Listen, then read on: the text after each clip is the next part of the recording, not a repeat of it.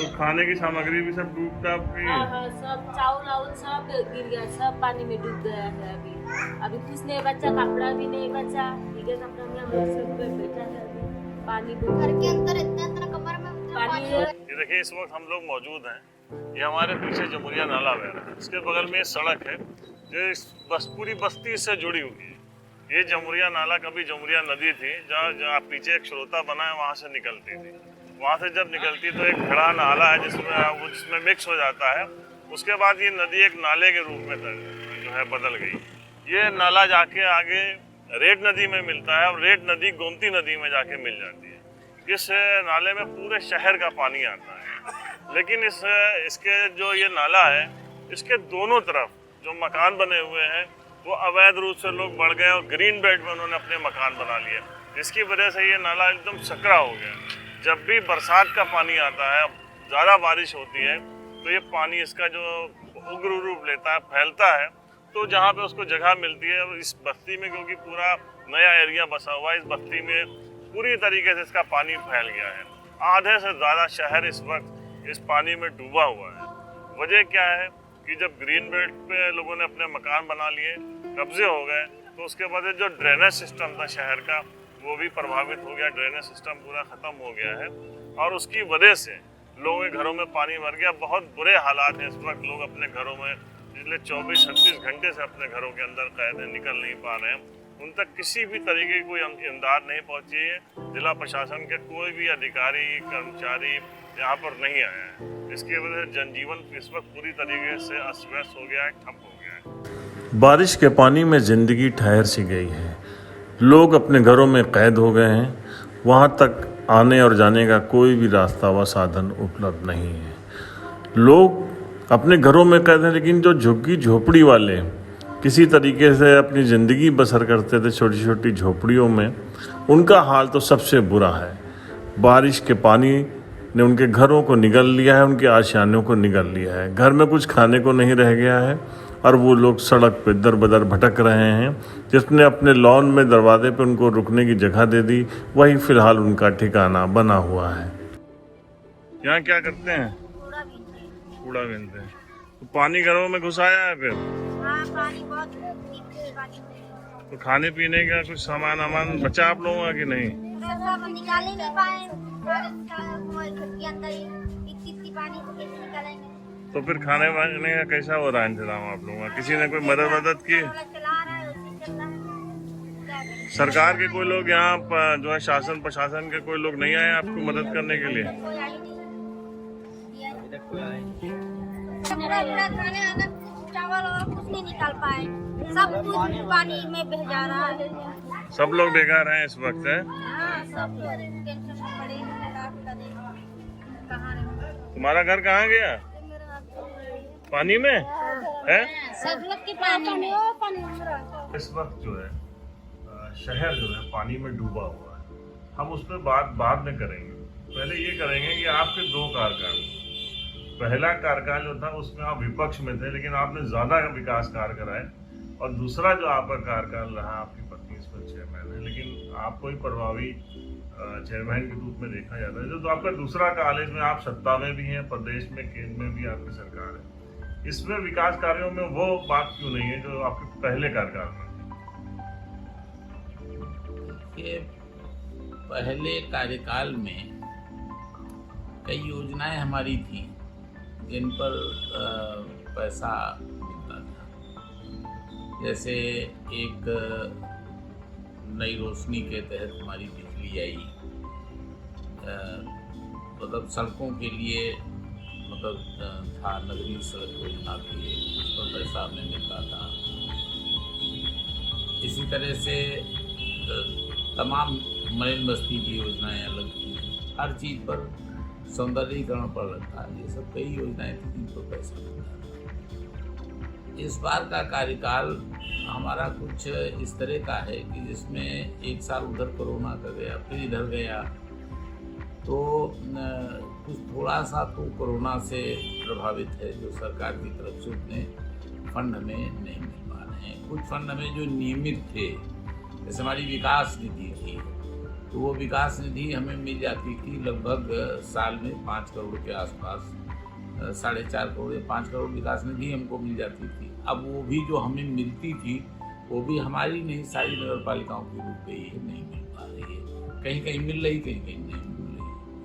अब हम लोग केवल 15वें वित्त 14वें वित्त पर रह गए, या अपने संसाधनों से जो कुछ हम विकास कार्य करवा रहे हैं। सरकार की कोई योजनाएं, अब नया सवेरा योजना वगैरह, इनसे ये सब चीजें कुछ मतलब जो है काफी समय से आपके यहाँ ईओ नहीं थे, ईओ की जगह चार्ज ले रखा था एसडीएम ने, और एसडीएम साहब सीधे डीएम साहब के कहने पे वो जो है उसका विकास कार्य का जायजा लेते थे शहर का, जहाँ पे सड़क बनती थी। उन्होंने कोई प्रस्ताव इस टाइप के नहीं भेजे शासन को, क्योंकि बड़े प्रभावी डीएम माने जाते हैं। नहीं, प्रस्ताव हमारे सब गए में है। प्रस्ताव की अगर बात की जाए तो कोई ऐसी, दीनदयाल उपाध्याय योजना में मेरा प्रस्ताव गया हुआ है, मलिन बस्ती योजना में मेरा प्रस्ताव गया हुआ है, कोई सौंदर्यीकरण में मेरे प्रस्ताव गए हुए हैं, अमृत योजना का मेरा प्रस्ताव केंद्र तक लगा हुआ है, सैनिक स्कूल के लिए मेरा प्रस्ताव लगा हुआ है।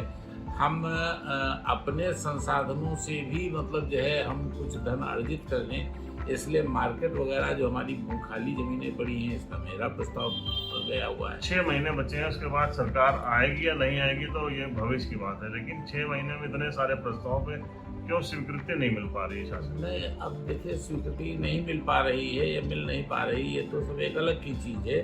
हमारे प्रयासों में कोई कमी नहीं है। और दूसरी चीज़ ये रह गई, अगर विकास कार्यों की बात दी जाए तो अभी माननीय योगी जी आ रहे थे तो हमारी 28 सड़कों का लोकार्पण या शिलान्यास तो होना था। हमने अपनी नगर की पूरी सड़कें बनवाई हैं। हमने इस कार्यकाल में, जिस कार्यकाल को कहा जा रहा है कि हम कोई काम नहीं करा पाए हैं, इस पर भी कम से कम कुछ नहीं तो हमने 50 से 52 करोड़ की सड़कें बनवाई हैं। ऐसा नहीं है कि ये कार्य नहीं हुए हैं, कार्य हुए हैं, लेकिन इतने बड़े शहर में ये कार्य उतना ज़्यादा नहीं दिखाई दे रहा है। अच्छा, बाढ़ में इस वक्त जो बाढ़ क्या, ये 2 दिन की खाली बारिश हुई 24 घंटे में पूरा आधे से ज़्यादा शहर डूब गया है। ये जो जमुरिया नाला शहर के बीच से निकलता है, इसके तो दोनों तरफ जो क्षेत्र है वो मकानों के अंदर तक पानी गया, इसका क्या कारण है? देखिए, ये बाढ़ खंड में नाला है, ये नाला मेरा नहीं है, और यही हमारी समस्या की जड़ है। इसकी पिछली बार 10.5 या 12-15 लाख से 20 या कुछ ऐसे लाख से सफाई का इनको आदेश मिला था। सिल्ट सफाई होनी थी, सफाई नहीं हुई, लीपा पोती कर दी गई। सारे शहर का पानी जमुरिया नाले में ही जाता है, और नाला जब उफना जाएगा तो नाला जब भर जाएगा तो नालों का पानी, हमारे छोटे नाले का पानी बैक कर जाएगा, और ये बैक हुआ पानी हमारे पूरे शहर में भर रहा है। ये नाला साफ नहीं, जमुरिया पर हमारा अधिकार नहीं। जमुरिया के जो दोनों तरफ जो ग्रीन बेल्ट है उनके ऊपर अवैध कब्जे हैं, सैकड़ों मकान बन गए हैं और कई कॉलेजेस उसके ऊपर बने गए। कभी नोटिस दी गई आपकी तरफ से? देखिए, ये भी मैं फिर बता दूं, यही दुर्भाग्य है, ना नाला मेरे पास और वो ग्रीन बेल्ट वन विभाग की। तो दोनों चीजें जब हमारे अधिकार क्षेत्र में ही नहीं है, और यही हमारी सबसे बड़ी समस्या है, यही समस्या की जड़ है, यही उभराता है, तो इसी का बैक पानी हमारे शहर में। अभी चुनाव के दौरान एक नगर का बड़ा प्रमुख कॉलेज है, उसको आपकी तरफ से नोटिस दिलाई गई थी, क्योंकि वो चुनाव लड़ रहे थे कि अवैध रूप से निर्माण हुआ है उनके कॉलेज का, तो फिर और आपके बस में क्यों नहीं है? देखिए, मैं आपको बताऊं, हमने अपनी संपत्तियों के लिए जो 67.72 हेक्टेयर है, 66 पॉइंट, अभी हमने जिलाधिकारी महोदय को पत्र लिखा था, और जिलाधिकारी महोदय ने उप जिलाधिकारी को आदेश भी दिया है और कृत कार्रवाई से अवगत कराने को भी कहा है। हमारी ये जमीन अगर उस तरह से देख लिया जाए तो ये 250 बीघे पक्की के ऊपर की जमीन निकलती है, 266 बीघे पक्की जमीन, और इसको अगर मालियत के हिसाब से देखा जाए तो 500-600 करोड़ की जमीन है जो भूमि लुटेरों द्वारा कब्जा कर ली गई है।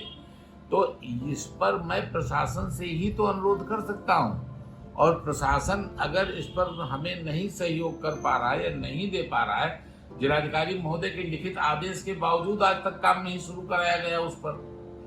मैं आपको पत्र हमारे नगर पालिका, चलिए मोबाइल से कहिए, मैं अभी उसको भी दिखा दूं। तो जब जिलाधिकारी महोदय के आदेशों का अनुपालन नहीं हो पा रहा तो एक चेयरमैन की मांग का क्या महत्व होता है? और ये अवैध कब्जे हटना बहुत मुश्किल है, इसका मतलब। जब जिला, मैं बता रहा हूँ, मैंने अभी सांसद जी से बात की थी इसी बात प्रकरण को लेकर के। मैं अभी एसडीएम साहब को फोन मिला रहा हूँ, उनका इत्तेफाकन जो सीयूजी नंबर है वो बंद जा रहा है। मैं इसी विषय पर बात, आज मुझसे सुबह कितनी शर्म की बात है कि दशहरा बाग वगैरह के क्षेत्र में मुझसे नाव मांगी जा रही है। बताइए, मैं शहर का चेयरमैन हूँ, मैं नाव की व्यवस्था कर रहा हूँ। क्या जो शहर में लोगों के घरों में पानी घुसा हुआ है, लोगों तक कोई इमदाद नहीं पहुंच पा रही, वो अपने घरों से निकल नहीं पा रहे हैं, इसके लिए भी आपकी तरफ से कोई प्रयास किए जा रहे हैं? नहीं, मैं अब सरकार को, शासन को, छतों पे लोग बैठे हुए मैं भी देख रहा हूँ। मैं शासन को पत्र लिखूंगा कि हेलीकॉप्टर से इनको पूरी उड़ी जैसे घाघरा वालों को भेजा जाता है, तो पूरी पैकेट वगैरह इनके गिरा दिया जाएगा। ये आप पीछे के हालात देख सकते हैं, सैकड़ों नगर क्षेत्र के सैकड़ों घर इस वक्त डूबे हुए, और उसकी वजह क्या है कि ये घर जब बने हैं तो उसकी कोई बहुत प्लानिंग नहीं की गई, कोई ड्रेनेज सिस्टम यहाँ का नहीं था। उसके अलावा ग्रीन बेल्ट पे जो देखिए आप पीछे सब दिख रहे हैं, जो है नदी के दोनों तरफ ग्रीन बेल्ट में सैकड़ों मकान बने हैं और कई स्कूल और कॉलेजेस बने हुए हैं जिनके ऊपर निर्माण किया गया, अवैध निर्माण किया गया। और अभी कुछ समय पहले की बात है, जिला प्रशासन ने कुछ स्कूल वालों को नोटिस भेजी थी, और एक बड़ा स्कूल है जो है नगर क्षेत्र का, जिसको नोटिस भेजी थी कि आपका अवैध निर्माण, इसको गिराया जाएगा। लेकिन क्यों नोटिस भेजी गई थी? वो उनकी जो मालकिन है वो चुनाव लड़ रही थी, अभी जिला पंचायत का चुनाव लड़ रही थी भाजपा के विरोध में समाजवादी पार्टी से। तो प्रशासन द्वारा कहा गया था कि अवैध निर्माण, इसको गिरा दिया जाएगा, उन पर प्रेशर बनाया गया था। लेकिन चुनाव खत्म हो गया, सारी बातें खत्म हो गई। अब वो वैध था या अवैध, ये तो जिला प्रशासन बेहतर जान सकता है। लेकिन ये है कि दोनों साइड में अवैध निर्माण पूरी तरीके से किया गया है। अभी इसके बारे में जब यहाँ के जो चेयरमैन हैं उनसे भी जब बात की गई तो उन्होंने कहा कि जो है नाला जो है बाढ़खंड के उसमें आता है और एक ग्रीन बेल्ट जो है फॉरेस्ट के उसमें आती है। जिला प्रशासन, डीएम की भी ये लोग नहीं सुन रहे हैं, बहुत सारी नोटिस दी गई हैं, कोई उसके ऊपर जो है वो, जब डीएम के नहीं सुन रहे हैं, चेयरमैन का ये कहना है, तो आप इसका अंदाज़ा लगा सकते हैं किस तरीके से अवैध निर्माण हुआ, जिसकी वजह से ये नाला बिल्कुल सिकड़ के ये जो है कम जगह में हो गया। जब बारिश हुई तो इसने अपना उग्र रूप धारण किया, तो हालात आप बेहतर तरीके से देख सकते हैं कि कितने ख़राब हालात इस वक्त हैं। लोगों के घरों में पानी पूरा, उनके घर की सारी सामग्री जो है वो ख़राब हो गई है, सारा अनाज भी ख़राब हो गया, उनके घर तक पहुंचने के लिए कोई भी रास्ता नहीं है। और जो है कहा गया था कि बोट मंगाई जाएंगी, लेकिन अभी तक तो कोई बोट नहीं आई है, कहीं भी नहीं दिख रहा है। लोग घरों में कैद हैं और उनको खाने पीने के भी लाले लगे हुए। द पॉलीग्राफ के लिए परवेज अहमद।